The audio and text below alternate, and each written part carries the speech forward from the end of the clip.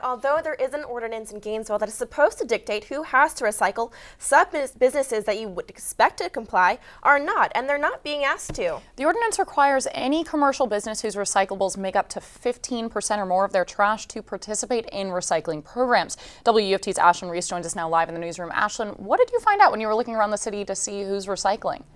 Well, Marie, I stopped by Midtown to check and see if any of the bars were recycling. When employees at Cantina, Tattoo, and Copper Monkey were asked if they recycled, their employees said no. And they aren't the only bars that don't.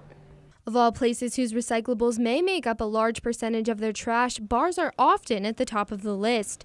But employees of 5 Midtown bars told me they don't recycle all their materials, some not any. At Fat Daddy's and Rowdy Reptile, they only recycle their cardboard, not their cans and bottles. We attempted to in the past. It failed miserably.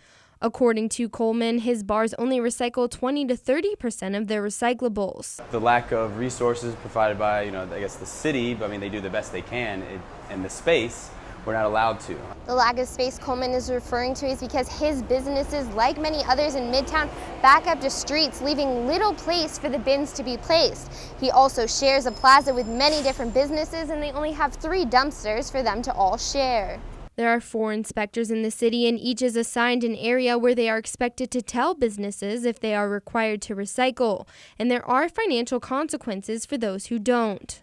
The first citation is for $125. Repeat violations can be up to $500 each.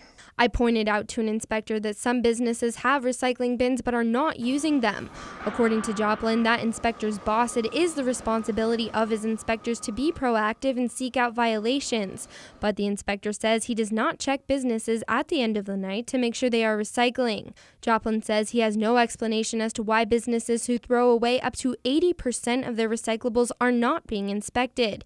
He says the next step is to have his inspector visit this area multiple times in the next few weeks to see if these businesses do need to be recycling. According to the Waste Alternatives Manager, Alachua County creates about 1 million pounds of trash per day, with recyclables included in that mix of trash.